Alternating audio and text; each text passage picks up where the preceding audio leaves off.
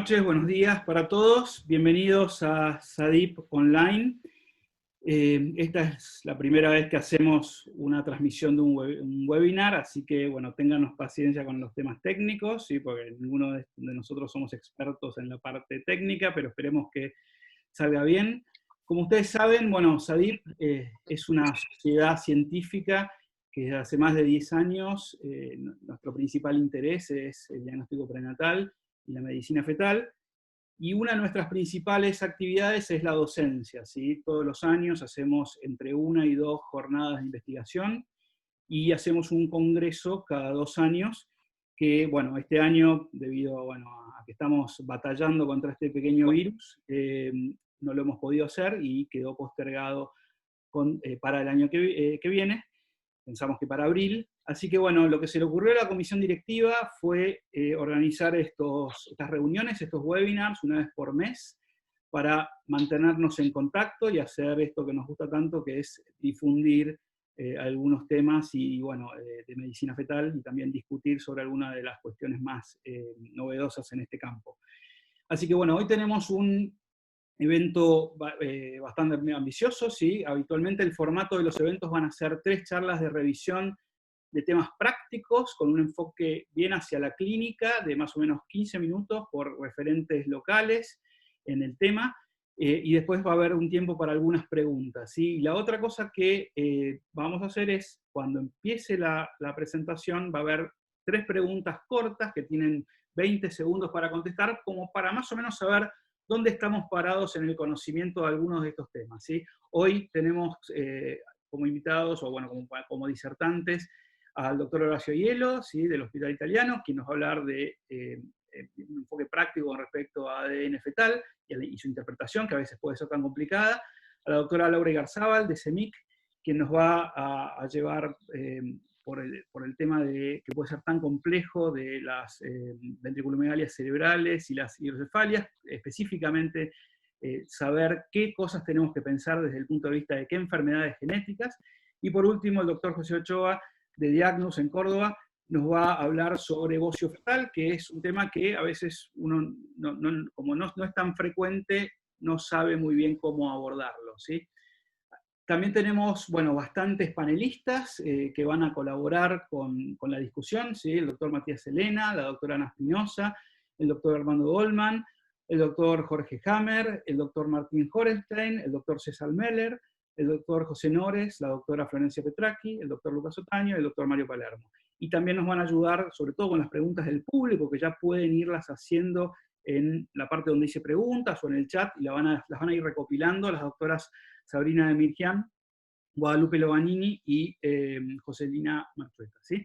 Así que bueno, sin sacarles más tiempo, vamos a empezar con la charla del doctor Horacio Hielo. Voy a dejar de compartir para que Horacio... Buenas tardes.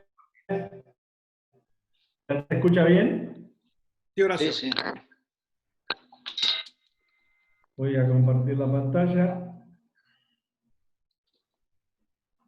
para dar inicio a la primera de estas charlas, que es cómo interpretar una prueba de ADN fetal en sangre materna. No sé si voy a hacer algunas poner preguntas. las ¿sí? preguntas. Bien, voy a poner las preguntas en pantalla. Recuerden, son 20 segundos para cada pregunta, ¿sí? Ahí va la primera, ¿sí? Ya pueden ir votando.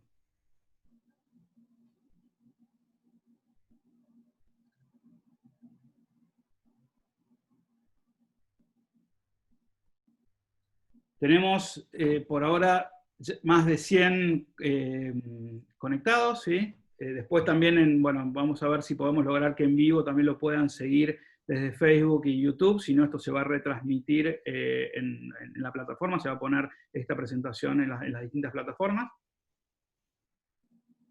Bien, bueno, vamos a 5 segundos más.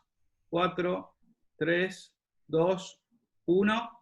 Bien, estos son los resultados, vamos a compartirlos. Entonces, ahí podemos ver que la mayoría pensó, digamos, opinó que la opción A era la más probable, ¿sí?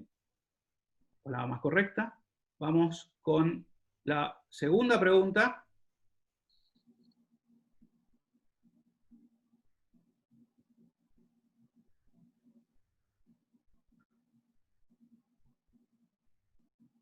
Bien, ya empezaron a votar.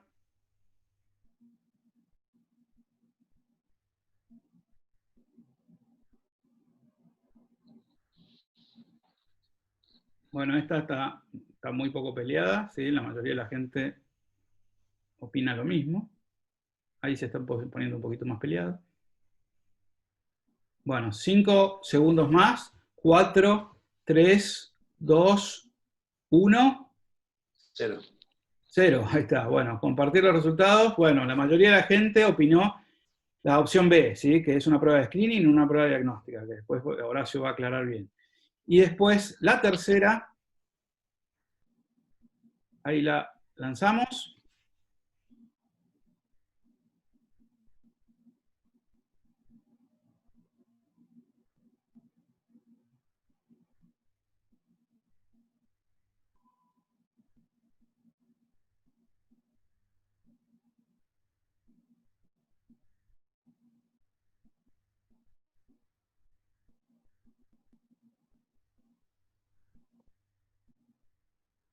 Bien, ya casi votó la mitad, ya votó más de la mitad. Muy bien, bueno, 5, 4, 3, 2, 1. Bien, más del 80% votó. Finalizamos y compartimos. Bueno, la mayoría opinó que ambas son correctas, ¿sí? La opción C. Así que bueno, ahora vamos a tener las respuestas correctas de parte de Horacio. Horacio, no te robo más tiempo. Bueno, muy bien, interesante. Digamos, la primera pregunta sería, ¿qué pasa si concluye una paciente de 25 años con una prueba positiva? ¿En qué términos asesoramos a esta paciente? Yo diría que para responder esta pregunta, primero hay que responder la segunda pregunta, que trata de ver si es una prueba diagnóstica, porque realmente estamos analizando ADN, no estamos basándonos en marcadores ecográficos, la edad, marcadores bioquímicos. O si por el contrario, se trata de una prueba de screening que tiene falsos positivos y falsos negativos. Entonces, el tema es cómo es que analizamos el ADN fetal en sangre materna. Y la verdad es que todos nosotros tenemos en plasma ADN producto de apoptosis de células de órganos sólidos que por apoptosis vuelcan su contenido. En la embarazada, además de estos órganos, se suma la placenta. Quiere decir que cuando sacamos sangre en el plasma materno, hay una mezcla de ADN fetal y ADN materno. Aproximadamente a los 3 meses de embarazo, la fracción fetal corresponde al 10% del total. Y debido a que hay avances en los secuenciadores, se pueden amplificar estos millones de fragmentos en forma exponencial. Y como se conoce la secuencia del ADN de cada uno, la computadora asigna cada fragmento a un cromosoma determinado. Por ejemplo, en el gráfico de la derecha, el cromosoma 18 es turquesa y el cromosoma 21 es rojo. A partir de software, de algoritmos matemáticos y lógicos, de coeficientes de variación, de estadísticas y de estimación de la fracción fetal, existe una matemática de todo esto que determina si la cantidad de fragmentos es la esperada para cada cromosoma. Entonces, estamos analizando una anomalía de cromosomas sin hacer un cariotipo.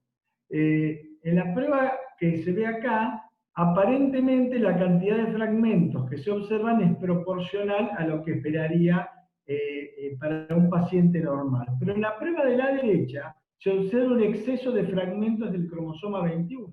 Como la embarazada la tenemos delante y es normal, uno asume que esto es propio del embarazo. O sea, los embarazos con trisomía 21 vuelcan más cantidad de fragmentos de ADN libre del cromosoma 21. Y eso es detectado por el software. Por lo tanto, no estamos haciendo un cariotipo, sino que estamos haciendo una prueba de screening. Y la respuesta correcta es que esta es una prueba de screening y no es una prueba diagnóstica. Y es uno de los principales puntos de confusión, no solamente en los pacientes, sino también entre nosotros en la colectividad médica y en los que tenemos que asesorar a los pacientes. Como es una prueba de screening, tenemos que saber cómo funciona. Y esto que les voy a contar es válido para cualquier screening. Hay un riesgo basal de la enfermedad que estoy buscando. Ese riesgo basal es modificado por un factor que da un riesgo ajustado. ¿Y qué es el likelihood ratio? No es nada más que el grado de magnitud de aumento, si la prueba es positiva, o disminución, si la prueba es negativa, del riesgo basal que tenía la paciente antes de hacerse la prueba. Entonces, si analizamos cómo funciona la prueba para trisomía 21 y miramos las letras en rojo, vemos que cada vez que la prueba es positiva, aproximadamente el riesgo sube 1000 veces, mientras que cada vez que la prueba es negativa, el riesgo baja 300 veces. Entonces, para responder a la pregunta que hicimos primero, tendríamos que plantearnos una población muy grande de más o menos 1000 embarazadas, de 25 años. Tendríamos que saber que a los 25 años la prevalencia de trisomía 21 a los 3 meses es 1 en 1000, que detectamos casi el 100%, 99,7%, y que 1 de cada 1000 normales tiene un resultado falso positivo. Entonces, esta población de 1000 embarazadas va a tener un embarazo con trisomía 21 y 999 no afectados. Si le hacemos la prueba a estas pacientes, vamos a detectar el afectado, porque la sensibilidad de la prueba es altísima. Pero tenemos que tener en cuenta que de los 999 no afectados, más o menos uno va a tener también la prueba positiva. Como resultado de esto, vemos que si hacemos la prueba en estos 1000 pacientes, vamos a tener 2 pruebas positivas.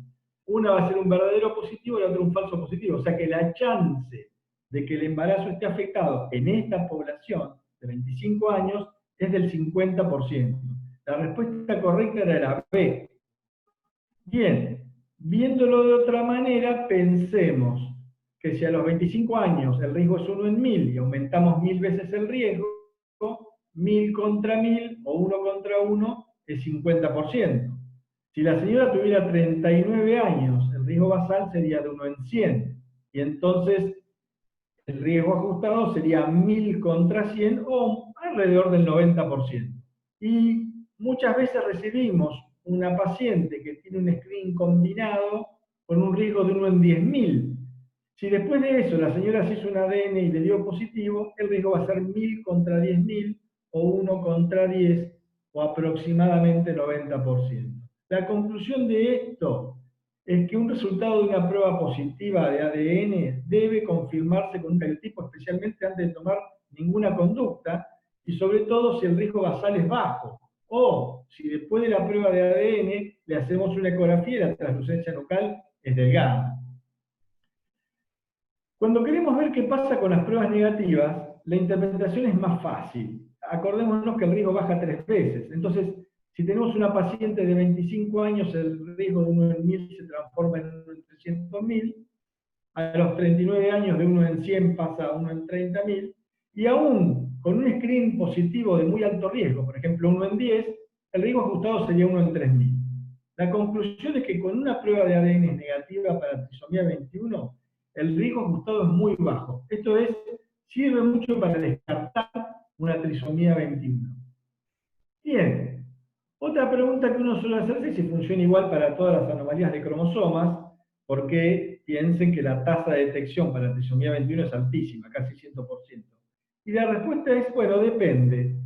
Depende qué es lo esperado, pero digamos que para las trisomías 13 y 18, la tasa de detección ronda el 95%, un poquito más alta en la 18 que en la 13, y para la monosomía X, o lo que corresponde al síndrome de Turner, la tasa de detección es del 90% aproximadamente. Lo que sí es cierto es que no tenemos idea realmente cómo funciona para los síndromes de microdeleciones y duplicaciones o para otras anomalías de cromosomas, aunque sin embargo, obviamente, esto se vende comercialmente. En conclusión, la prueba tiene una tasa de detección bastante alta para las anomalías de cromosomas más frecuentes. Y la última pregunta que uno podría hacerse, entonces, es, ¿realmente podemos solicitar una prueba de ADN fetal después de que el screening fue positivo en el primer trimestre? Bueno, esta pregunta no tiene una respuesta correcta. Yo lo que quería era ver la temperatura de la sensibilidad de nosotros, que somos los médicos que estamos en relación con el diagnóstico prenatal, o que eventualmente estamos interesados. Y bueno, cuando uno revisa la bibliografía específicamente de screening combinado no hay, pero sí hay trabajos que tratan de responder esta pregunta en relación a translucencia nucal elevada, sobre todo por encima del percentilo 99. Y si uno revisa la bibliografía, va a ver que los resultados son contradictorios entre los distintos autores. Va a depender un poco de las expectativas. En nuestro medio tenemos que aclarar que nosotros tenemos cariotipo convencional, no tenemos disponibilidad de array y es bastante difícil enviar para afuera pruebas para array, para estudios moleculares, por ejemplo, para NUNA. Entonces tenemos que convenir de que hacemos cariotipo convencional.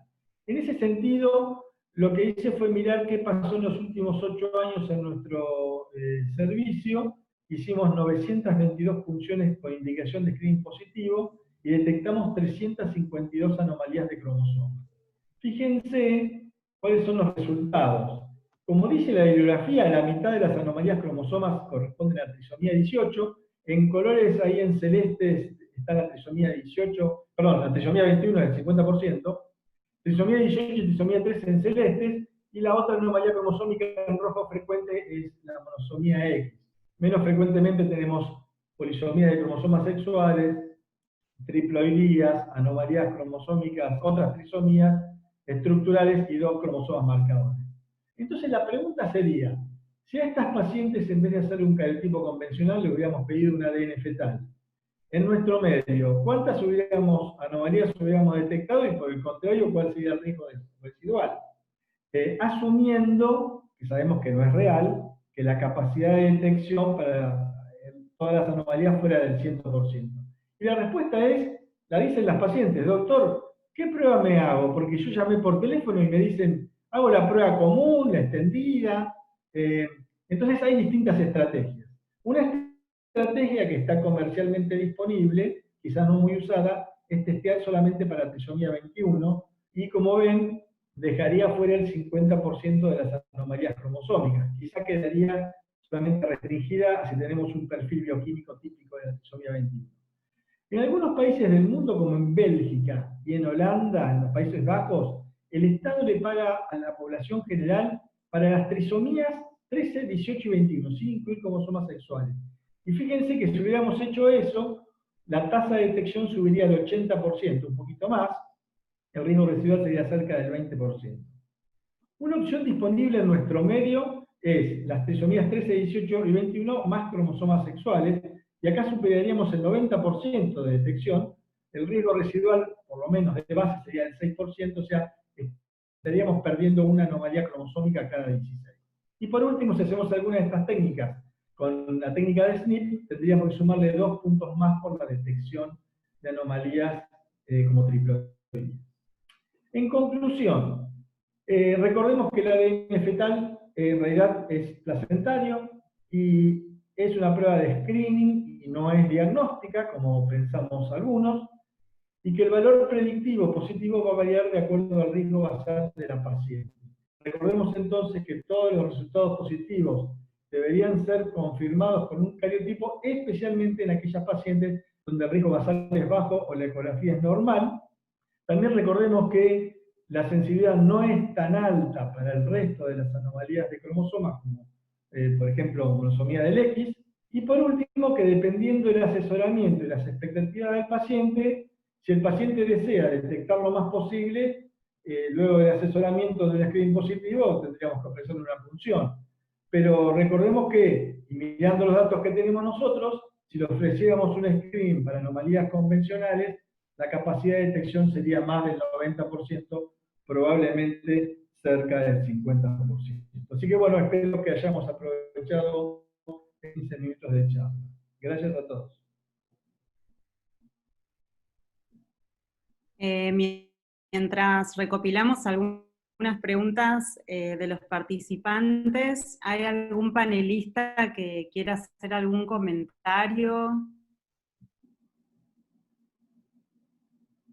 Entonces, Horacio, vos dijiste que podría ser usado como una cuestión ingente en caso de tener un screening positivo, un screening de primer trimestre positivo, avanzar con el NIPT. ¿Qué pasa al revés? ¿Qué pasa con esas pacientes que se hacen el ADN fetal precoz a las 10 semanas, antes incluso de haber mirado, de tener una ecografía de las 12 semanas?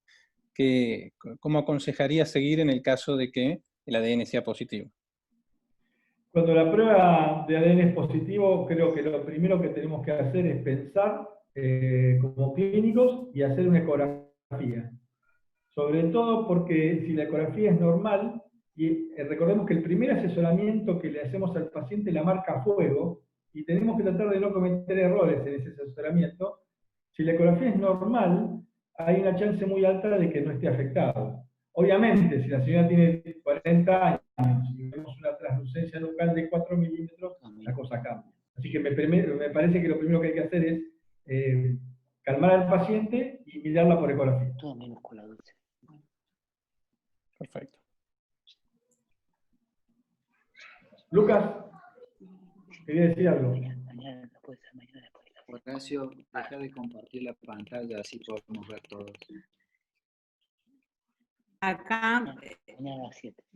Gracias. acá hicieron una pregunta del doctor Sabino Gil Pugliese, que dice, ¿tienen en cuenta la fracción fetal para asesorar a los pacientes?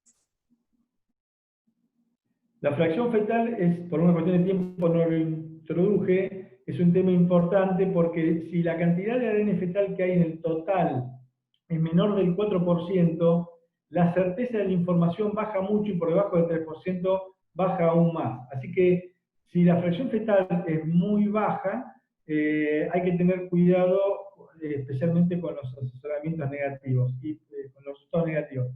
Y por otro lado, hay embarazos que tienen mayor riesgo de fracción fetal baja y que son algunas anomalías cromosómicas como por ejemplo la trisomía 13, 18 y las tricoidías de origen materno. Así que podrían ser considerados algunos embarazos de este tipo como de mayor riesgo para anomalías cromosómicas.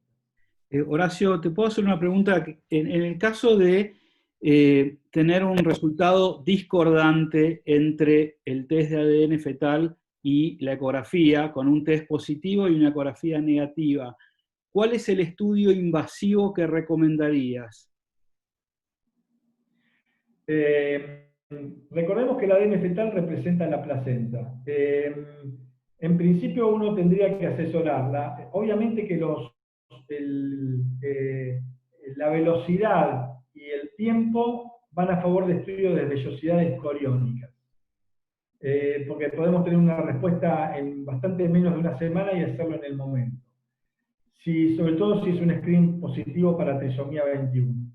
Para trisomía 13 y 18 también podríamos asesorar sobre eso, pero si la ecografía es totalmente normal, además de darle la opción de hacer una vellosidad de momento, otra opción en el asesoramiento sería ofrecerle un estudio de amniocentesis, pero para eso la paciente tendría que estar convencida de esperar 3 semanas más para tomar una muestra de líquido y después un poco más para el cariotipo. Bien. Bueno, vamos a, si les parece bien, seguir con la próxima charla, ¿sí? Para no atrasarnos. Va a empezar Laura. A ver, vamos a poner las preguntas. A ver, de la charla de Laura. Bueno, primera pregunta. Ahí la tienen que ver.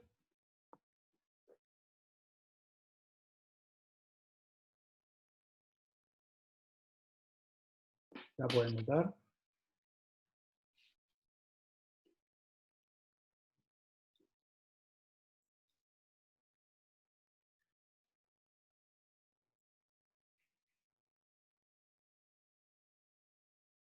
Bien, ya votó más del 50%, hay bastante acuerdo, 80% de las personas creen que la opción más correcta es multifactorial.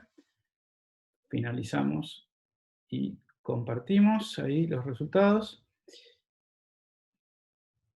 Bien, después, segunda pregunta. Ya pueden votar.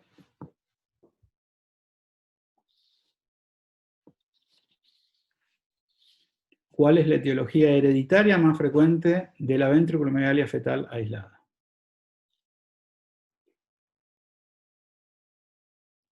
Está bastante peleado.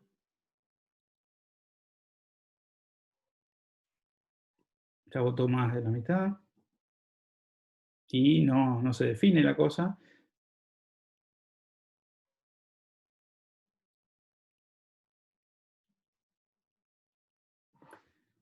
Bien, a ver, cuando lleguemos ahora al 75%, ya estamos casi ahí.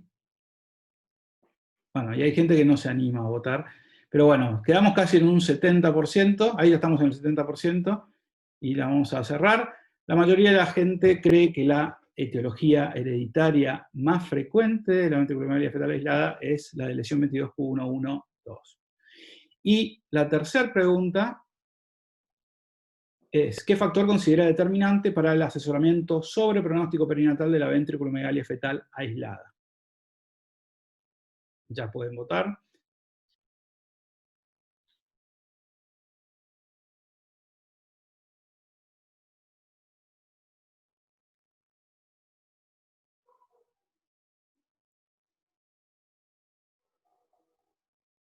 Bien, ya votaron más del 70%, más casi el 80%. Bueno, acá la cosa parece que no estuvo tan dividida. Y la mayoría de los asistentes a este seminario pensó que eran todas las anteriores, ¿sí? Así que bueno, vamos ahora a dilucidar, a ver si tuvimos razón o no. ¿Laura? Buenas tardes, voy a poner el cronómetro. ¿Se escucha bien, no, Adolfo? ¿Cómo? ¿Se escucha bien? Se escucha perfecto. Perfecto, bueno, entonces vamos a ver en estos minutos de hablar sobre las consideraciones genéticas de la ventriculomegalia cerebral fetal. Primero lo que vamos a hacer es definir el cuadro clínico. La ventriculomegalia, como ustedes saben, es la dilatación de los ventrículos cerebrales, pero el punto importante es que es un término descriptivo, usado en neuroimágenes, no es un diagnóstico etiológico en sí mismo, sino que la ventriculomegalia tiene una causa subyacente, en la mayoría de los casos, que produce este desbalance entre la absorción y la producción de líquido cefalorraquídeo, o eventualmente los ventrículos que ocupan el lugar que deja el parénquima cerebral. Y un punto importante en esto, que la definición correcta en la etapa prenatal es decir ventriculomegalia, no hidrocefalia. Hidrocefalia se usa en la etapa postnatal porque implica aumento de la presión intracraneal que necesita una evaluación clínica. Entonces, en ecografía, en resonancia, hablamos de ventriculomegalia en la etapa prenatal. Para definir ventriculomegalia, digamos, la medición está estandarizada y es reproducible, y se define en ecografía como el diámetro a nivel del atrio, del ventrículo lateral, mayor a 10 milímetros. Para los fines del asesoramiento, ese valor lo podemos dividir de dos formas, o leve y severa, o en los últimos años se tiende más a leve, moderada y severa, porque aparentemente habría una diferencia entre leve y moderada en cuanto al pronóstico postnatal y a la probabilidad de encontrar malformaciones. Bueno, vamos a mostrar este caso clínico, a ver si después podemos resolverlo con lo que hablamos durante estos minutos. Es una paciente que vimos con el doctor Aiello, de 38 años, era su primer embarazo, y él lo ve en la semana 21 con una ventriculomegalia de 20 milímetros. Como antecedentes tenía un screening combinado el primer trimestre informado como de bajo riesgo. Si nosotros fuéramos el médico que la ve o el ecografista, podemos pensar dos cosas. Una es que tiene indicación de asesoramiento genético, pero también podemos pensar que no tiene indicación de asesoramiento genético. ¿Por qué? Porque esto no es síndrome de Down, porque tiene un screening combinado, porque el pronóstico es malo, porque tiene una ventriculomegalia severa, porque lo más probable es que sea mala suerte, esto lo vi varias veces y no se repitió, porque el diagnóstico es ventriculomegalia, y yo sé cómo asesorarla, o porque los estudios genéticos no son accesibles en nuestro medio. Entonces, bueno, vamos a tratar de ver si esto es correcto o no. Si bien no hay protocolos uniformes para la evaluación de la ventriculomegalia, bueno, todos coincidimos en que hay que hacer una ecografía bien detallada, tratando de evaluar si hay malformaciones del sistema nervioso central asociadas, otras que no sean la ventriculomegalia o extra sistema nervioso central. Desde el punto de vista del asesoramiento también hay que reevaluar la genealogía, a ver si hay antecedentes familiares, si ya se hizo serologías, estos screenings, si se hizo, si no se hizo, si se hizo ADN fetal. Y este es el primer momento del asesoramiento. Y un punto importante acá es que quizás no vamos a responder todas las preguntas en esta primera consulta, porque quizás necesitamos evaluar el corazón mejor, hacer un neurosonograma, las serologías, pero lo que no tenemos que hacer es, si no sabemos tratar de contestar todo, si no sabemos derivar o consultar con algún otro colega, y no asesorar el pronóstico solo basado en la ventriculomegalia y en el grado de dilatación.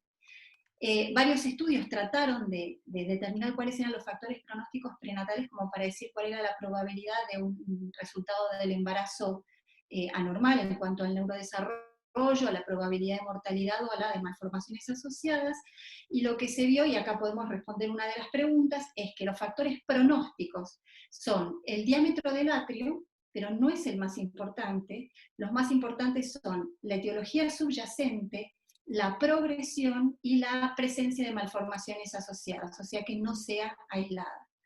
Entonces la podemos definir como aislada o asociada a malformaciones. El problema es cómo definimos aislada.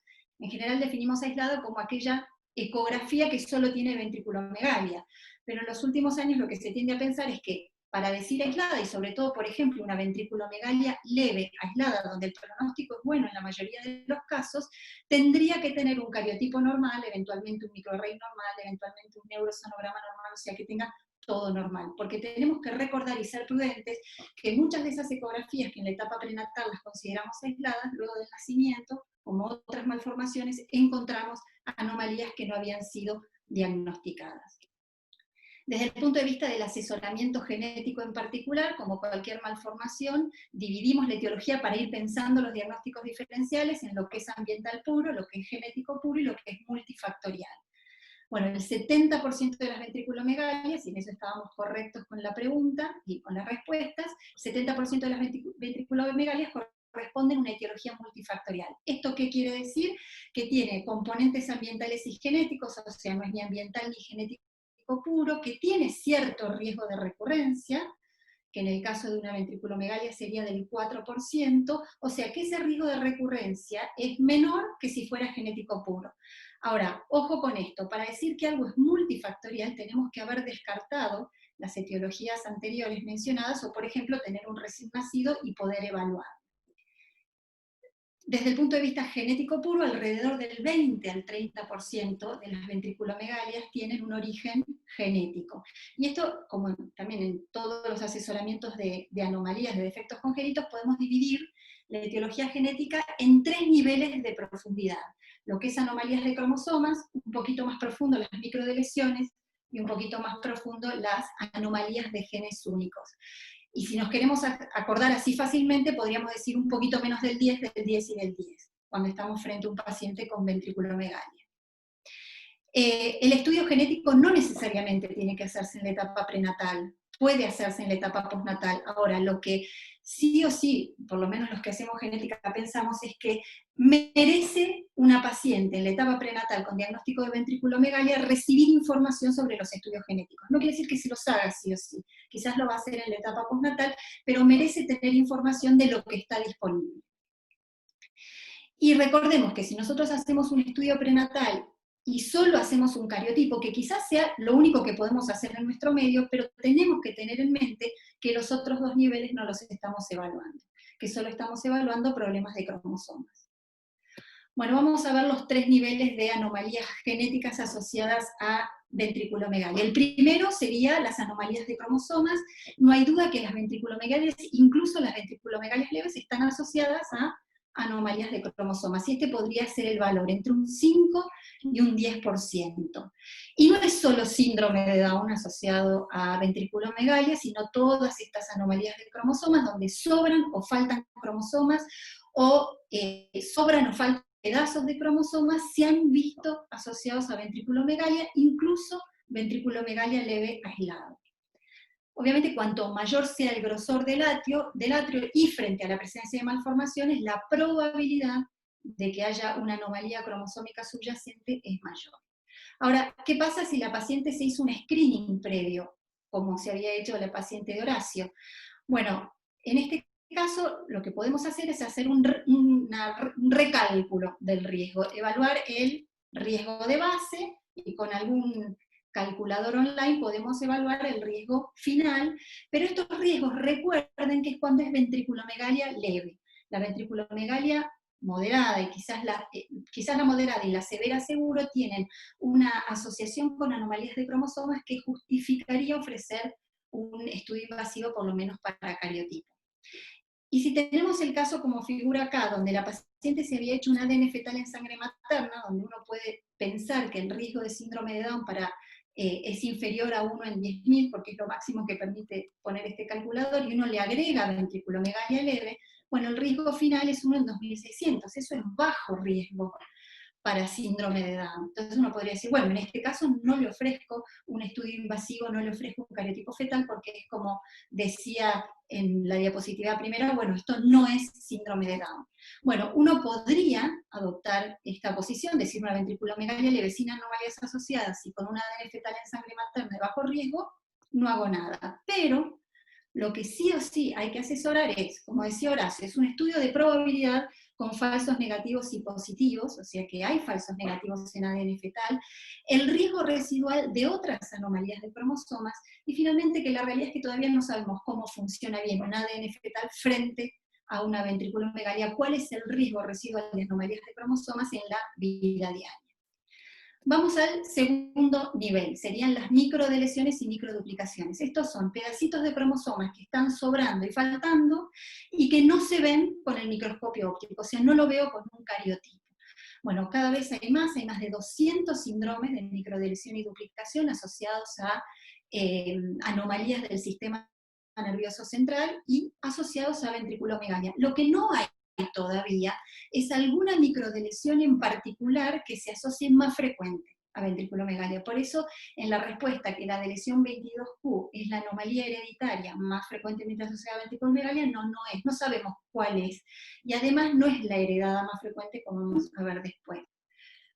¿Cómo diagnosticamos microdelesiones en ventriculomegalia? Por medio del microarray, que evalúa todas las microdelesiones y microduplicaciones.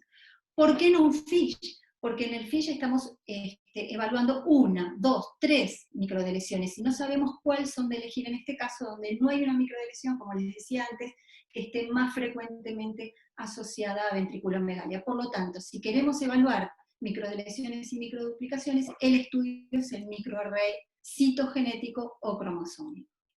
Vamos al tercer nivel, que serían las variantes patogénicas en genes únicos, o sea, las anomalías de genes.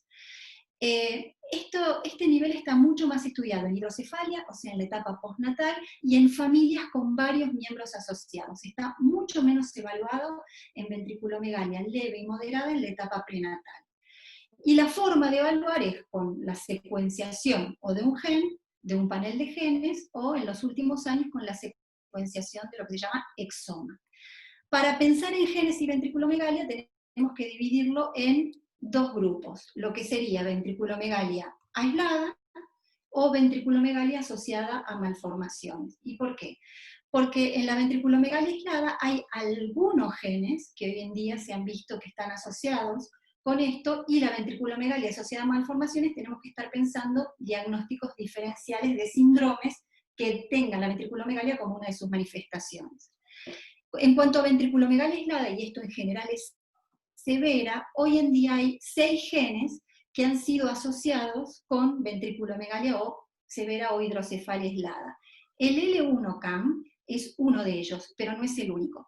Y es la forma hereditaria más frecuente de ventriculomegalia. ¿Sí? El L1-CAM produce ventriculomegalia por estenosis del acueducto de Silvio y puede presentarse con otras manifestaciones. Por ejemplo, el pulgar aducido, por ejemplo, anomalía del vermis, agenesia del cuerpo calloso, displasia del cuerpo calloso, pero muchas veces puede presentarse solo como hidrocefalia por estenosis del acueducto de Silvio en un varón.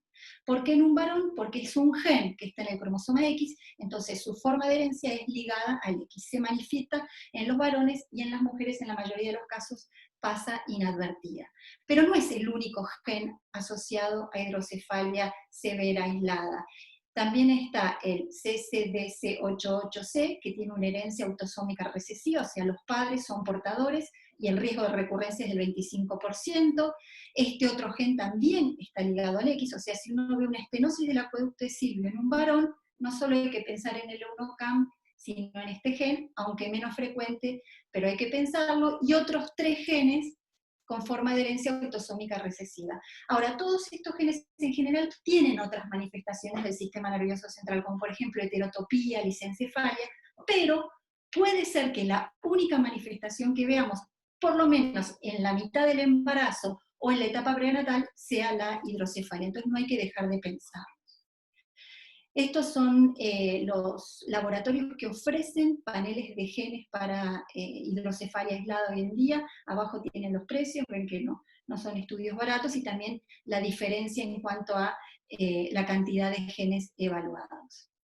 Y si la ventriculomegalia está asociada a malformaciones, y tengo cariotipo normal, tengo array normal, y quiero pensar en diagnósticos diferenciales de síndromes de genes únicos, bueno, en general lo que uno hace es poner los datos en buscadores, el que uno se sienta cómodo, y ahí salen los diagnósticos diferenciales donde uno puede pensar. Y hay 5 grandes grupos de patologías que uno tiene que pensar en ventriculomegalia, sobre todo severa, asociada a malformaciones. No vamos a ver cada uno en particular, pero uno tiene que pensar en ciliopatías, en distroglicanopatías, en las rasopatías, nuna de la cabeza, enfermedades de depósito lisosomal y las displasias esqueléticas. Y hay algunas de estas que tienen lo que uno llama signo clave, que es lo que uno tiene que buscar. Una vez que uno metió los datos en los buscadores y tiene los diagnósticos diferenciales, quizás uno puede ir a mirar de nuevo la ecografía, o eventualmente resonancia, o el ecocardiograma, y tratar de buscar los signos claves que nos hagan pensar en el diagnóstico más probable. Y si pensamos en, por ejemplo, en un feto que tiene ventriculomegalia, polidactilia y quitas renales, bueno, tenemos que pensar en ciliopatías. Si vemos un feto con ventriculomegalia, cardiopatía y derrame pleural, bueno, pensar en rasopatías, hepatomegalia, enfermedades de depósito lisosomal, bueno, y así depende lo que encontremos. Ahora bien, hay veces que no tenemos un diagnóstico específico, no tenemos un grupo de enfermedades que podamos evaluar en un panel de genes, entonces la última opción que hoy en día está disponible, es la evaluación del exoma fetal, o sea, todos los exones, o sea, las partes codificantes de los genes que se asocian con patología demostrada. Hay 2 estudios prospectivos publicados el año pasado que demostraron que en fetos con malformaciones, cariotipo normal y array normal, en un 8 o un 10% de los casos se encontraba la causa como una anomalía génica subyacente. Y hoy en día es una opción, no de rutina. En general se piensa que puede ser utilizada si hay múltiples malformaciones sin una etiología conocida, o si hay varios miembros de la familia afectados. Entonces, para finalizar, ¿cómo estudiamos a un paciente desde el punto de vista genético una ventriculomegalia aislada o asociada a otras malformaciones? Bueno, quizás sospechamos en primer lugar aneuploidía, o sería lo primero que tenemos que evaluar.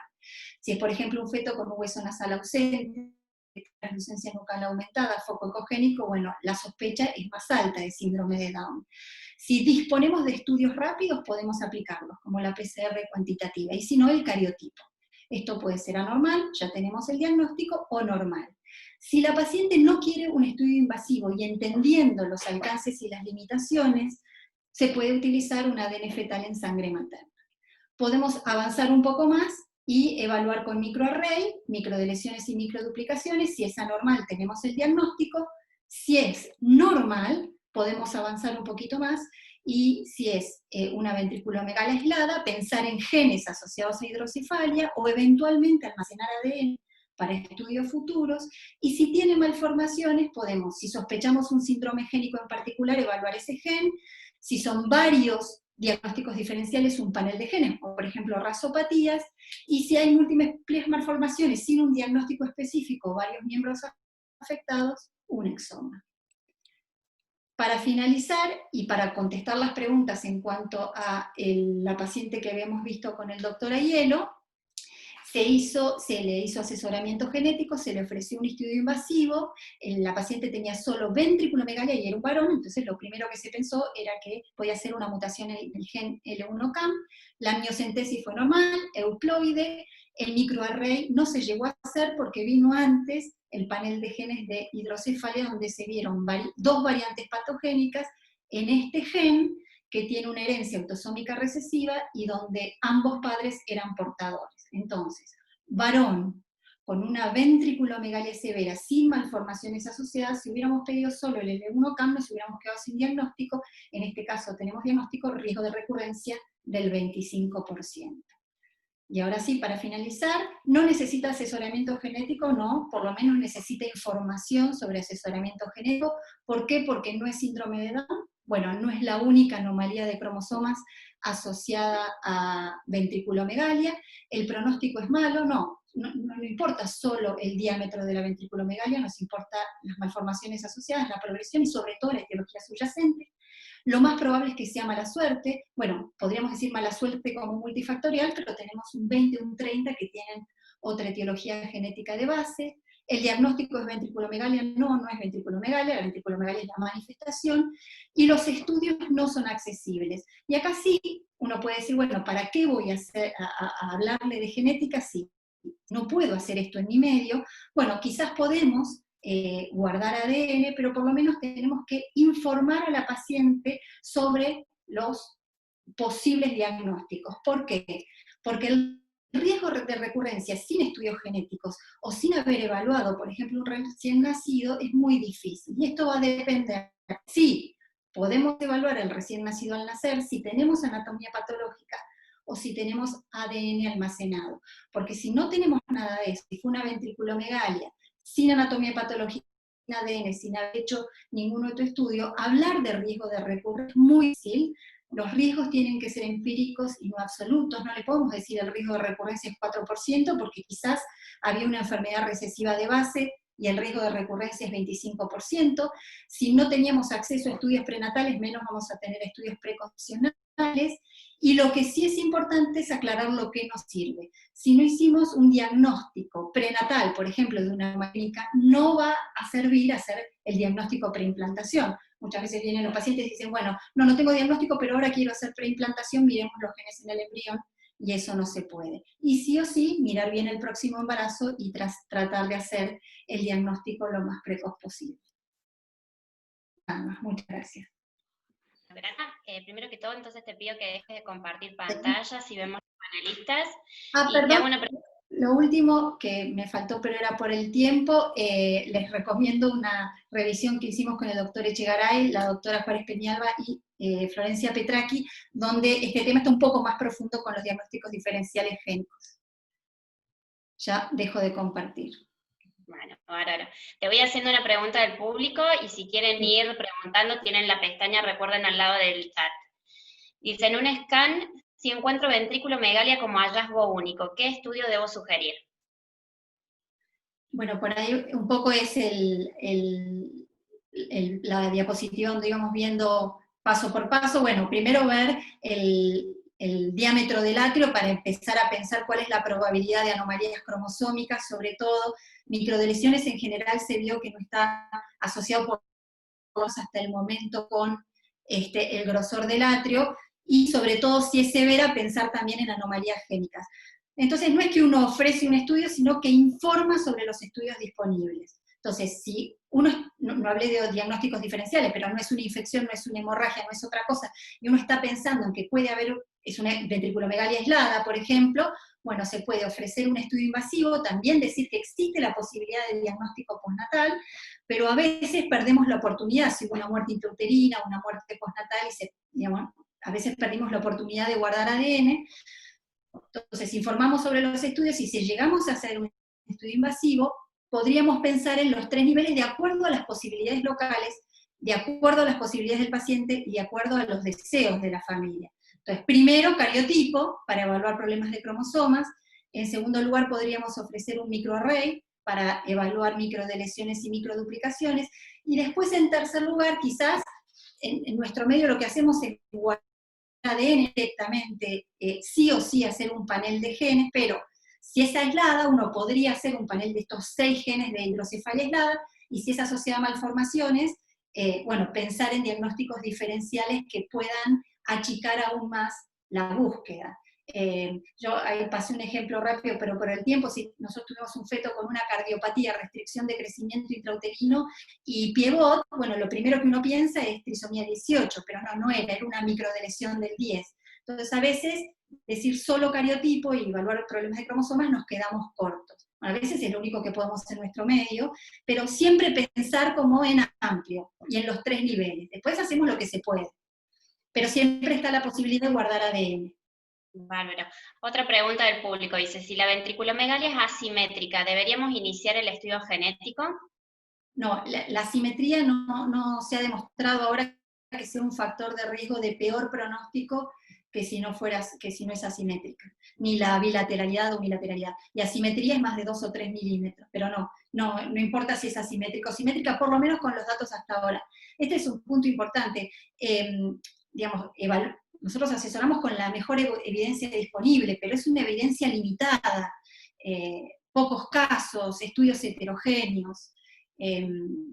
Ahora hay un trabajo en Estados Unidos que está evaluando ventriculomegalias con array, con exoma, con cariotipo, y los va a seguir a 2 años, y bueno, van a ser como controles históricos, pero digamos, la evaluación de decir cuál fue el pronóstico de esta ventriculomegalia en los distintos estudios varía. Algunas veces fueron solo llamados por teléfono, algunos tienen array, otros fueron evaluados por pruebas objetivas, pero bueno, la mejor evidencia con la que contamos dice que la asimetría no sería un factor de peor pronóstico.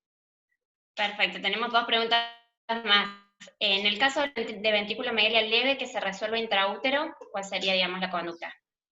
Lo más probable es que una ventriculomegalia leve, sin malformaciones asociadas y que resolvió intraútero, sea una variante normal, o sea que no tenga nada de base. Ahora, en el momento que nosotros la vemos, ahí lo que tenemos que asesorar es, sobre todo, que tiene un riesgo de anomalías de cromosomas y que tiene un riesgo de microdeleciones. Ahora, si resolvió, no se sabe decir si es que el riesgo desapareció. En el momento que la vimos, se asesora sobre riesgo de anomalías de cromosomas y riesgo sobre todo de microdeleciones. Evaluamos cuáles son los antecedentes, edad materna, screening previos. Si es una ventriculomegalia leve que tiene un screening de primer trimestre combinado o un ADN fetal de bajo riesgo, bueno, y desapareció, lo más probable es que síndrome de Down no sea. Ahora, decir exactamente con respecto a los otros factores de riesgo o a las otras anomalías, ¿qué pasa? Lo probable es que no sean, pero me parece que nos faltan datos para decir. Que haya desaparecido, el pronóstico es mejor. Bárbaro. Y la última pregunta, tenemos 1 minuto exacto para responderla. ¿La resonancia magnética nos ayuda en el diagnóstico? Bueno, eso, la verdad que eso es una controversia hoy mundial y quizás serviría para otro webinar, pero hoy en día porque en realidad como la resonancia es el estudio de elección en la etapa postnatal y se vio que hay algunas anomalías del sistema nervioso central que se diagnosticaban mejor que con la ecografía, sobre todo en la etapa postnatal, pero también en la etapa prenatal. Pero hoy en día, en realidad, la recomendación de la mayoría de los expertos en esto, o de sociedades científicas, es que una ventriculomegalia tiene que ser evaluada por alguien que sepa evaluar el sistema nervioso central por ecografía, con varios planos, lo que sería la neurosonografía, esto está estandarizado, y que quizás esa evaluación versus la resonancia magnética, que la resonancia magnética no le agregue mucho más. Según estudios publicados este año, la resonancia magnética versus un neurosonograma hecho por alguien muy entrenado en hacerlo, agregaría solo un poquito menos de un 2% de anomalías del sistema nervioso central no reconocidas por la ecografía, principalmente del desarrollo cortical y alguna que otra hemorragia. Pero muchos de los estudios que decían 9-10% era porque diagnosticaban anomalías de cuerpo calloso, malformaciones por ahí sin impacto, que si hubieran sido evaluadas por alguien con mucha experiencia y con todos estos planos estandarizados, hubieran sido diagnosticados. La recomendación es, depende la experiencia del que hace la ecografía y depende de las posibilidades locales y depende de la experiencia en resonancia también del lugar, la necesidad o no de hacer resonancia. Bueno, muchas gracias. Ya estamos en tiempo con el tema de las preguntas. No sé si algún panelista quiere hacer algún comentario muy breve, si no pasamos ya a la próxima conferencia. Bueno, muy bien. Vamos a escuchar la tercera charla, la charla de José. José, compartinos tu pantalla, por favor.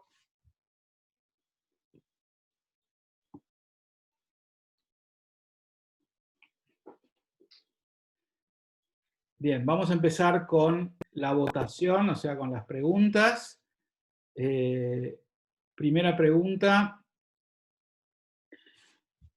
Cuando se requiere medir la glándula tiroides fetal, ¿qué método no sería apropiado de estos que se describen a continuación? Ya pueden votar.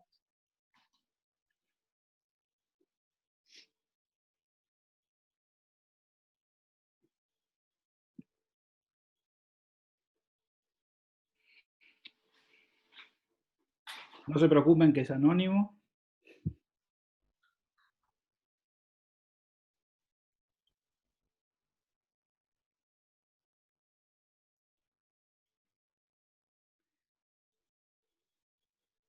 Bien, ahí pasamos ya al 50%.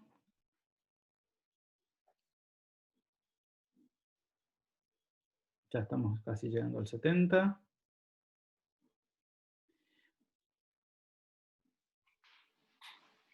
Bueno, muy bien.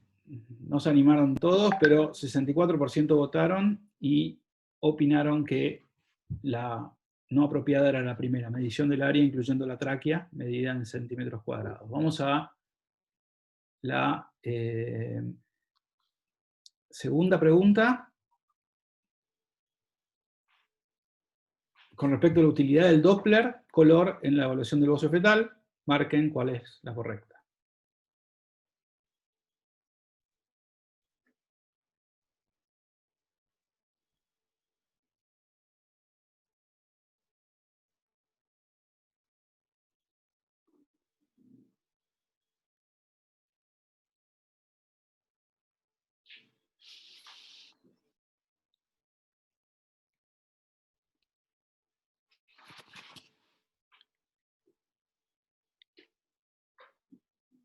Bien, ya 65%. 5, 4, 3, 2, 1. Ok. La mayoría opinó que orienta al tipo de bocio, pero no es diagnóstico. Y vamos con la última pregunta, que tiene que ver con el tratamiento de la enfermedad de Graves-Basedow durante el embarazo y el puerperio. ¿Sí? Marcar cuál no es correcta.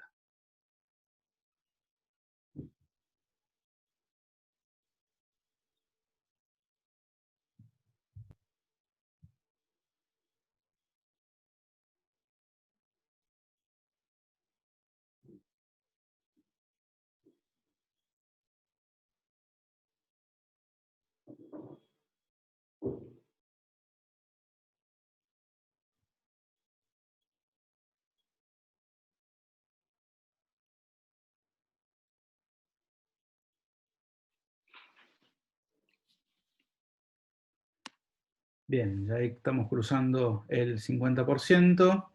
5, 4, 3, 2, 1.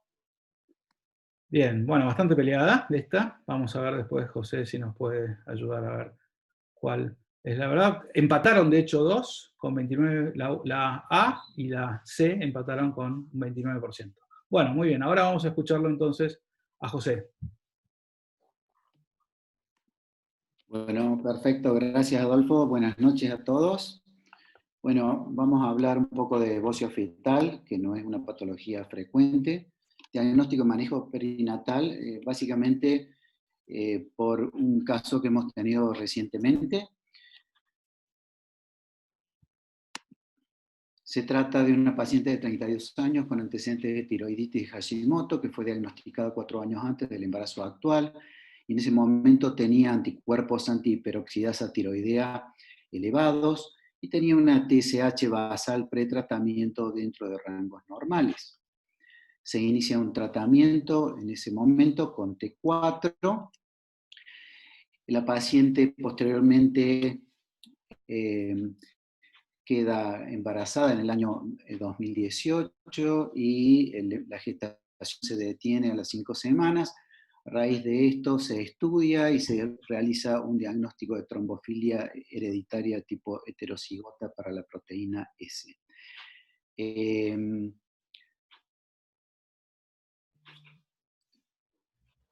Comienza este nuevo embarazo en el año 2019, se realizó la primera ecografía en semana 7 de gestación y inmediatamente diagnosticado el embarazo, comienza con la administración de heparina de bajo peso molar y 100 miligramos de ácido acetilsalicílico. Comento que, digamos, estas indicaciones provienen de otro centro, al igual que este estudio de semana 12, donde se verifica un riesgo para aneuploidías dentro de límites normales, Doppler arterias uterinas también dentro de límites normales, y el screening fue realizado sin biopsia. La paciente concurre nuevamente en semana 18 a ese centro para la ecografía morfológica y se observa en este estudio una arteria umbilical única, una masa anterior en el cuello fetal, una ectasia piélica renal derecha. Entonces la paciente es derivada a nuestro centro para su diagnóstico y tratamiento. Nosotros realizamos el primer examen en semana 21, donde podíamos ver que efectivamente había una masa en la parte anterior del cuello. Esta masa comprimía la tráquea de una manera significativa, había una hiperextensión del cuello, y en la reconstrucción de superficie podíamos observar los lóbulos tiroideos que estaban hipertrofiados. El índice de líquido amniótico en ese momento fue de 18.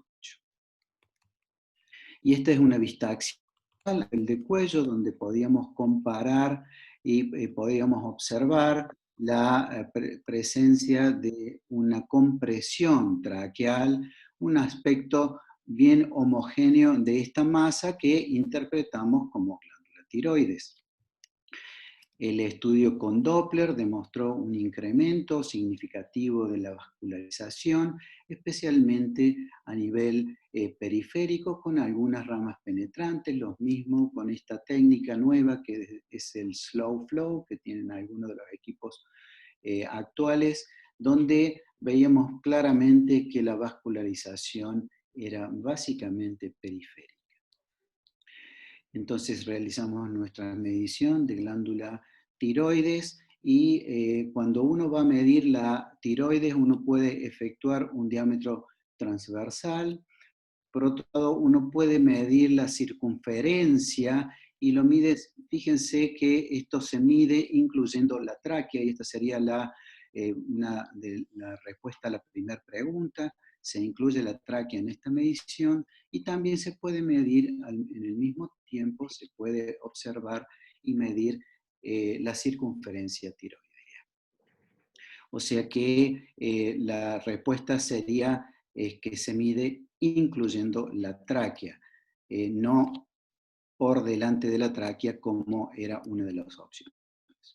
En ese momento teníamos un área de 5 centímetros cuadrados para un valor de referencia entre 0,6 y 1,6, un perímetro de 8,6 para un valor de referencia de hasta 4,8, o sea que estaba francamente incrementado. Por otro lado, comentar que el patrón vascular que nosotros veíamos que era periférico puede ser indicativo del tipo de bocio fetal. Para eso tenemos que utilizar un preseteo adecuado para bajo flujo, y cuando tenemos una vascularización fundamentalmente central nos habla de una hiperactividad de la glándula, como en el caso de la enfermedad de Graves-Basedow. Mientras que si la vascularización es periférica, nos está reflejando una vascularización trófica de la glándula, pero es una glándula inactiva que no está produciendo hormona tiroidea. No obstante, Esto orienta al tipo de bocio, pero no es diagnóstico, y por lo tanto esa es la respuesta a la segunda pregunta. Realizamos en ese momento la interconsulta con endocrinología, teniendo un examen físico normal, en estado tiroideo, pero bajo la ingesta de T4. La interpretación entonces fue de una tiroiditis crónica autoinmune con bocio fetal, sospecha de hipotiroidismo congénito y sin estigma de progresión a Graves' bacillus. No obstante, pedimos dosaje de antirreceptor de TSH, denominado anticuerpo TRAPS, para descartar una enfermedad de Graves' bacillus silente, porque esto puede ocurrir y haber anticuerpos que están pasando hacia el feto.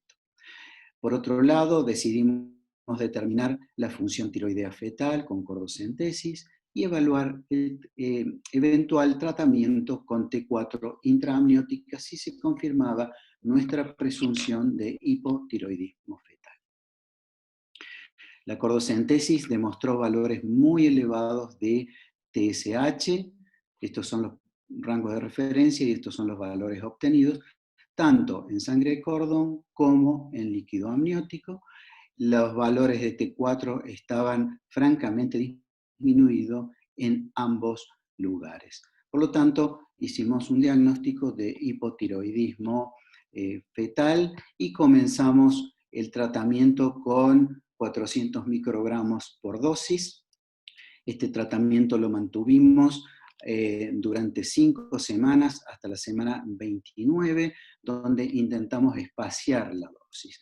La respuesta al tratamiento fue adecuada. Fíjense de que hay una glándula tiroides francamente reducida de tamaño, con la visualización adecuada en este momento de la tráquea.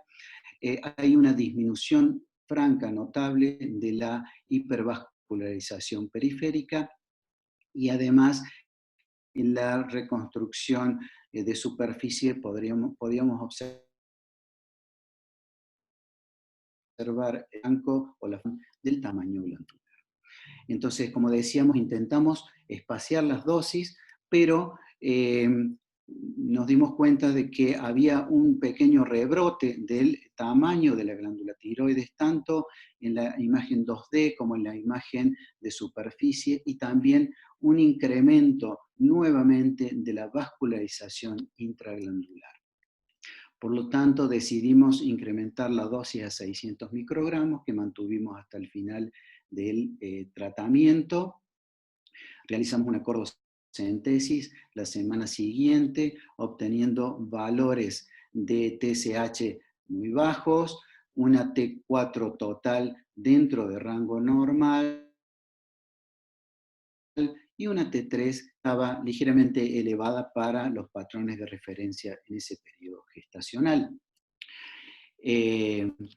Esta dosis la mantuvimos hasta el final, y cumpliendo nuestro objetivo primordial, que es la liberación de la vía aérea. La evolución fue favorable, satisfactoria. Pudimos llegar hasta la semana 36, el bebé nace con cesárea electiva y con un Apgar adecuado. Se comenzó el tratamiento con T4 el primer día, y este es el bebé.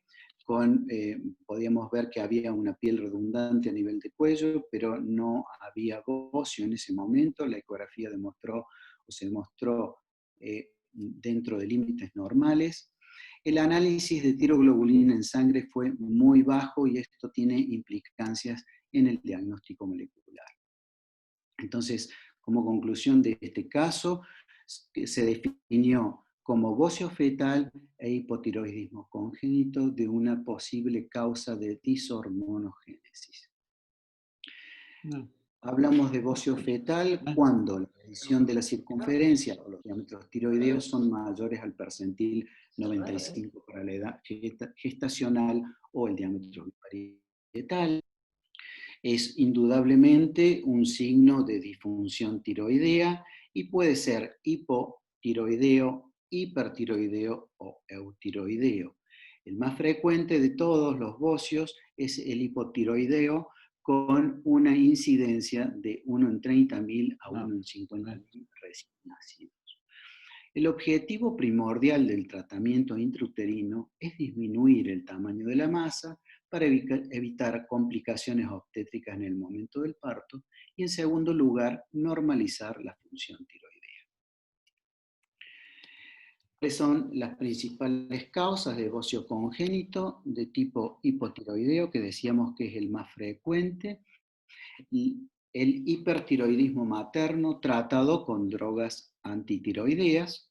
También en el hipertiroidismo materno, en la enfermedad de Graves-Basedow, puede haber anticuerpos bloqueantes del receptor TSH, lo cual no es frecuente, es muchísimo más frecuente que existan anticuerpos estimulantes de este receptor y que producen un estado de hipertiroidismo.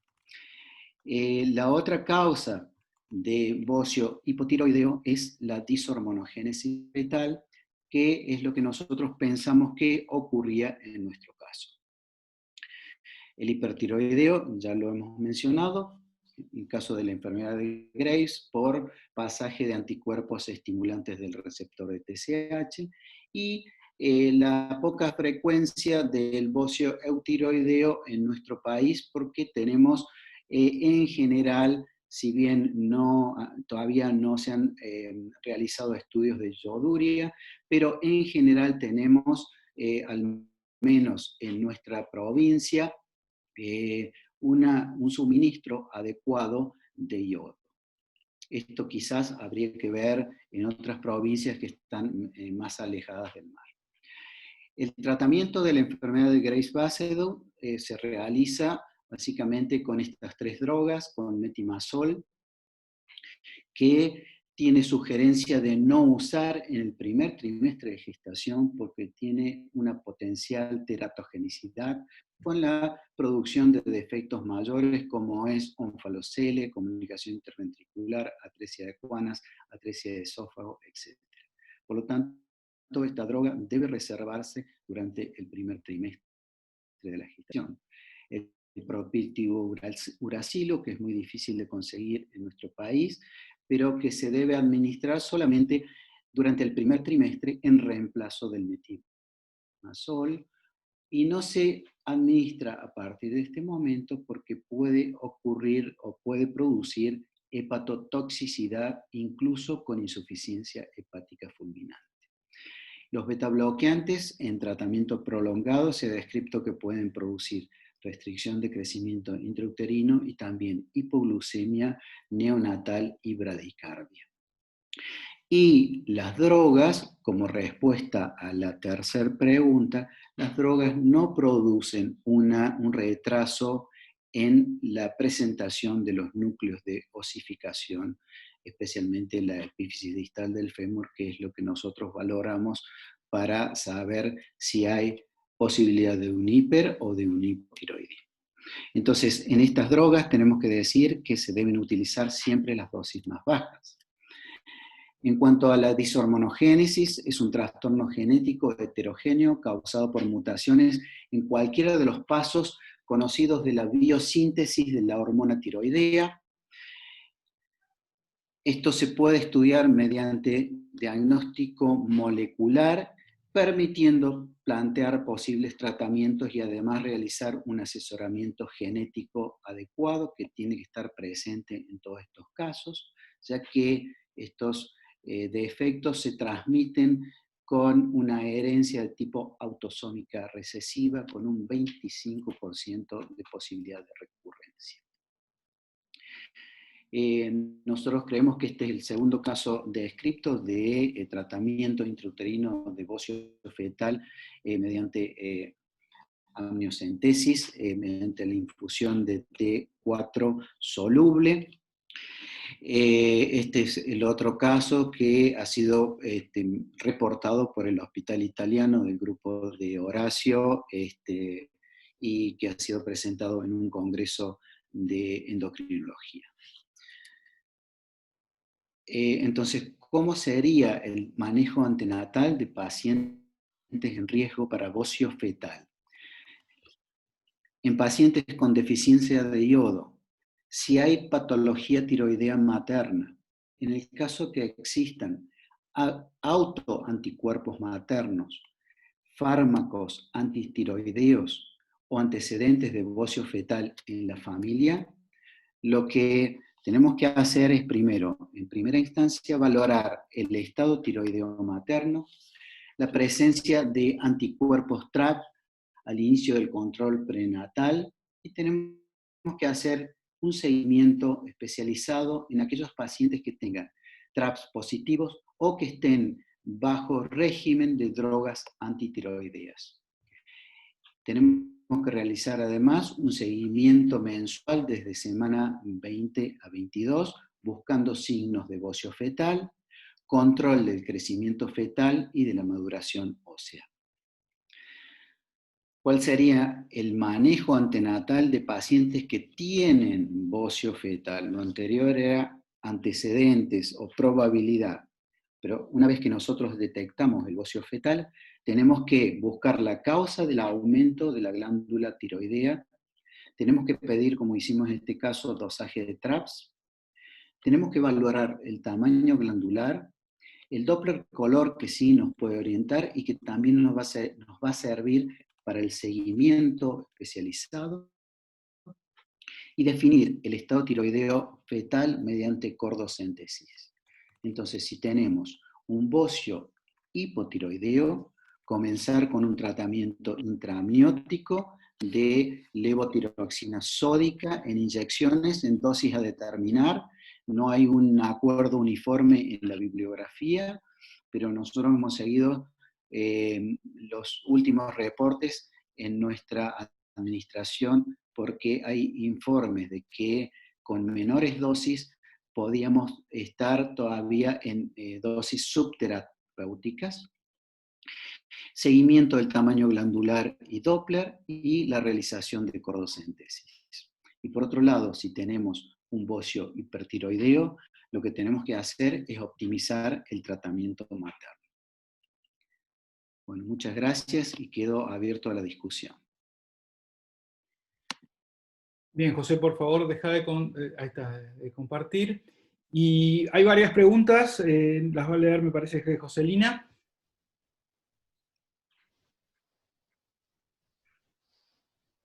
Joselina, bueno, si no, la puedo leer yo. Miren, las vamos diciendo. Bien. La primera pregunta por el doctor Ochoa. Perdón, ¿me escuchan? ¿Me escuchan? Sí. Joselina. Ok. Bueno, la primera pregunta del público, gracias José, perdón, primero por la presentación, estuvo muy buena. Uno de los participantes pregunta si utilizás la tabla de Rancini o si tenés tablas propias para la evaluación de la circunferencia tiroidea fetal. No tenemos tablas propias, utilizamos las tablas de Rancini básicamente. Han sido publicadas después, en el año 2012 han sido publicadas unas tablas polacas que son muy parecidas a las de Rancini. En cuanto a la comparación entre ambas, las tablas polacas publicadas en el 2012 dan valores ligeramente mayores que las de Rancini, y por lo tanto nosotros creemos que para ser más sensible en casos de pacientes que tienen sospecha o que tienen antecedentes para bocio fetal, utilizamos las que nos dan menores valores en el percentil 95, por eso utilizamos esas. Lo que sí las tenemos que comparar con el diámetro parietal. El valor de las tablas polacas es que tenemos la posibilidad de valorar circunferencia también. Entonces, básicamente estamos, en algunas medidas usamos la de Rancini y en otras las recientemente publicadas. ¿Puedo agregar algo, José? Sí. Primero que nada, toda masa cervical puede ser o un bocio del tema tiroideo o un teratoma cervical.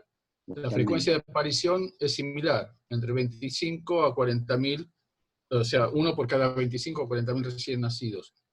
y la resonancia podría diferenciar, y eso lo sabes mejor que yo, en una T1 que se suprime la grasa, por lo cual descartaría el bocio tiroideo y estaría a favor de un teratoma. Con lo cual Sí, cambiaría. en realidad nosotros con ecografía nosotros tendríamos que estar en condiciones de hacer el diagnóstico diferencial sin necesidad de recurrir a la resonancia magnética. Primero porque el bocio tiene los lóbulos relativamente simétricos, están a ambos lados de la tráquea, tienen características bien homogéneas, comprime de manera simétrica la vía aérea, no hay desplazamiento de la misma, que es central, mientras que el teratoma en general nunca rodea de esa manera la tráquea, suele tener otras características como la aparición de quistes, la aparición de calcificaciones, etc. Y realmente debiéramos poder orientar nuestro diagnóstico sin necesidad de una resonancia. En este caso nosotros hicimos una resonancia básicamente para documentar y tratar de demostrar la hipófisis, y no la mostré ahí en el caso, pero en este paciente había una ligera hiperplasia de la adenohipófisis, que es normal de ver en el recién nacido, pero no es tan habitual de verla en el feto. La idea fue poder diferenciarlos, o sea, y tener en cuenta al teratoma, ya que son entre el 25 al 35% de todos los tumores fetales. Y puede haber una localización cervical. Eso fue todo. Bueno, y después hay una pregunta del público con respecto al caso clínico, que preguntan cuál fue la indicación de cesárea electiva a las 36 semanas. La paciente tuvo una ruptura espontánea de membranas y nació en su centro. Nosotros no participamos de la decisión del nacimiento por cesárea. Sí, aclarar de que al haber despejado la vía aérea temprano como objetivo primario del tratamiento, la paciente pudo tener su nacimiento en el lugar de origen sin ningún tipo de complicaciones, y esto fue muy bueno, especialmente teniendo en cuenta la pandemia que estábamos sufriendo. Incluso el incremento de dosis que nosotros hicimos a 600 microgramos también fue en parte motivada porque no sabíamos cuándo iba a poder regresar la paciente, si bien pudo afortunadamente completar todo su tratamiento, pero no teníamos seguridad de que la paciente pudiera seguir viajando desde el interior hasta la ciudad de Córdoba. Bien, creo que Horacio levantó la mano, ¿no? Hablaba vos, Lucas. Lucas también, sí. Bueno, un tema controvertido es cordocentesis, sí o no, para evaluar función tiroidea, y eso depende de lo que yo esté sospechando, porque si la paciente tiene una enfermedad de Graves con anticuerpos TRAP positivos, esos siempre son estimulantes. O sea, si yo veo un bocio, va a ser un bocio hipertiroideo, y lo que tengo que hacer es ver cómo voy a tratar cómo voy a tratar eso. En cambio, si tengo anticuerpos negativos, el problema es establecer la funcionalidad, si es hiper o hipotiroideo, y ahí creo que en ese caso es necesario hacer una cordocentesis. Cuando uno tiene un diagnóstico de Graves con anticuerpos positivos, hacer una cordocentesis va a redundar en un diagnóstico que ya está hecho, sumando un procedimiento invasivo. Y quería comentarles que en el caso que mostró José, la tiroides era tan grande que después de la primera infusión de hormona tiroidea no cambió nada, y tuvimos que hacer una segunda cordocentesis con inyección de hormona tiroidea intraocular. La realidad es que yo le inyecto hormona tiroidea al líquido amniótico para que el feto degluta. Si tenía un polidramios enorme, el feto no deglutía, y en la segunda cordocentesis fue la primera efectiva porque le metimos hormona tiroidea intravascular, y después no hubo falta más hacer cordocentesis, se siguió con amniocentesis de inyección intraamniótica de hormona tiroides. Incluso se puede hacer intramuscular, Horacio. También uno podría administrarla sin necesidad de ir a una cordocentesis, ¿no? Pero sí. Lucas, querías hacer una acotación. Bien, Lucas. Sí, gracias. Bueno, yo primero felicitar a todos, muy bueno, las charlas cortas, concretas, y creo que aprendimos un montón de todos, así que primero que todo felicitar a los expositores y a la comisión que tuvo la idea de hacer esto. Segundo, dar la bienvenida, el que preguntó de la cesárea es Santiago Chávez, así que bienvenido, una pregunta de Quito, Ecuador, así que gracias por compartir nuestra webinar de la sociedad nuestra. Y tercero, a mí me da la impresión de que el caso tuyo, José, ejemplifica que la respuesta es excelente una vez que vos tenés el diagnóstico y sabés dónde estás. El problema que yo percibo es que los agarramos cuando vemos el bocio, lo derivan por bocio, y no lo estamos pescando a las pacientes, es decir, no pescamos a los pacientes en riesgo de decir, che, esta hay que seguirla a ver si me hace esto, no. Los casos que aparecen ya aparecen puestos, porque ya tiene el bocio, hacemos el diagnóstico, el tratamiento, y el tratamiento responde bárbaro. Pero con ese me pareció muy pertinente el comentario de Horacio, ese también hay que tener cuidado, porque si no traga, no lo recibe. Pero me parece que nosotros tenemos ahí un déficit en identificar cuál es la verdadera paciente en riesgo, desde el comienzo del embarazo, antes que haga el bocio. Totalmente. No sé si coincide. Sí, totalmente.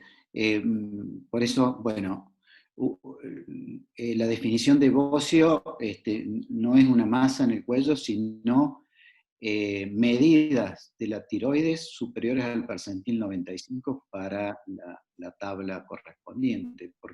Eso es porque nosotros tenemos que, de alguna manera, reforzar la visualización de la tiroides. La tiroides habitualmente uno pasa rápidamente de la cara al tórax y raramente se visualiza la glándula.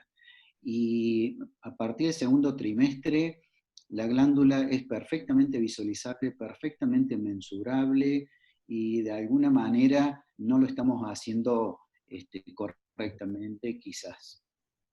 Yo quería hacer un comentario un poco reafirmando lo que dice Lucas, porque piensen ustedes que está instaurado hacer screening neonatal de hipotiroidismo.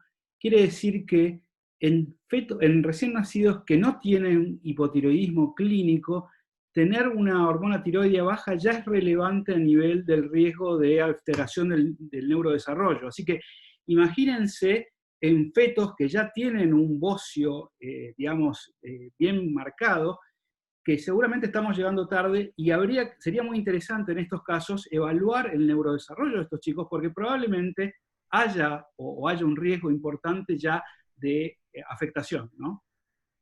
Por lo que creo que debería haber un screening. En este caso nosotros estamos haciendo el seguimiento neurológico, no solamente neurológico, sino también endocrinológico. La ecografía postnatal demuestra, digamos, alteraciones en cuanto a la ecogenicidad de la glándula, si bien los tamaños entran dentro de límites normales. Pero sí, la planificación es mínimamente hacer el seguimiento neurológico hasta los 3 años y eventualmente, si se pudiera, más allá. Con respecto al problema, es diferente si una paciente tiene una enfermedad de Graves, porque tiene anticuerpos y nosotros ya sabemos que si hay un bocio va a ser hipertiroideo. Ese sí, Lucas, lo podemos prever.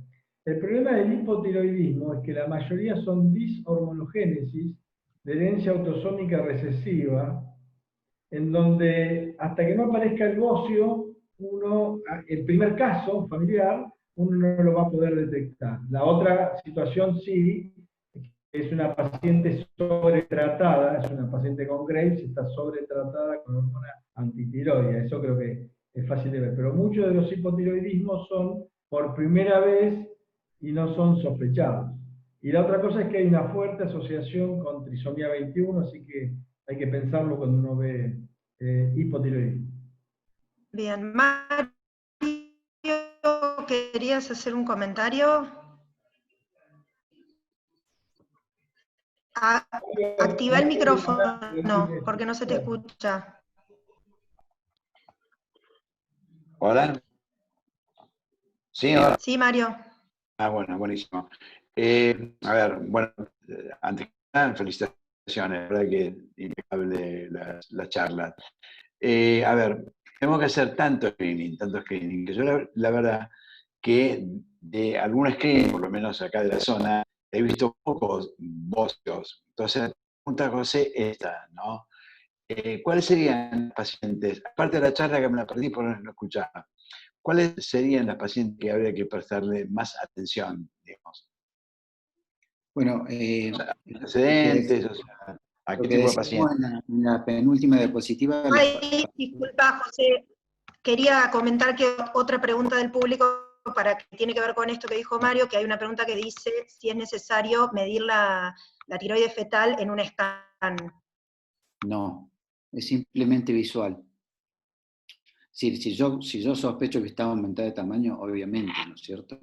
Ahí tengo, si les interesa ver, digamos, tengo las tablas, pero las pueden consultar, pero están las tablas a disposición, si eventualmente incluso las podemos poner en la página. Si desean. Las charlas están siendo grabadas y van a estar disponibles en las redes sociales y en nuestra página de SADIP.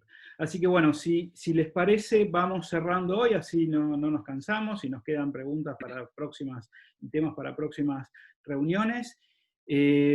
Bueno, la próxima reunión va a ser el 20 de julio a las 19 horas. Va a haber una charla sobre selección y seguimiento de pacientes para cirugía fetal de disrafes espinales, específicamente viendo cuáles son los aportes de la ecografía, de la resonancia, del laboratorio. Después la doctora Marianela Randazzo va a hacer un overview, digamos, de los estudios genéticos de diagnóstico prenatal, y el doctor Lucas Otaño nos va a dar una actualización sobre la secuencia de anemia policitemia en gemelos monocoriales, ¿sí? Así que por favor, no se lo pierdan. Hoy, bueno, tuvimos bastante gente, vamos a tratar de, no pudimos lamentablemente por problemas técnicos transmitir en simultáneo en Facebook y en YouTube. No sabemos si es por un tema de ancho de banda, así que vamos a tratar de ampliar un poco la cantidad de inscriptos, porque sé que debe haber gente que se ha quedado fuera, y para la gente que se quedó fuera, igual lo va a poder ver esto en las redes sociales, porque va a estar disponible, ¿sí? Así que bueno, nada, creo que hemos aprendido mucho, y los espero dentro de un mes, ¿sí? Okay.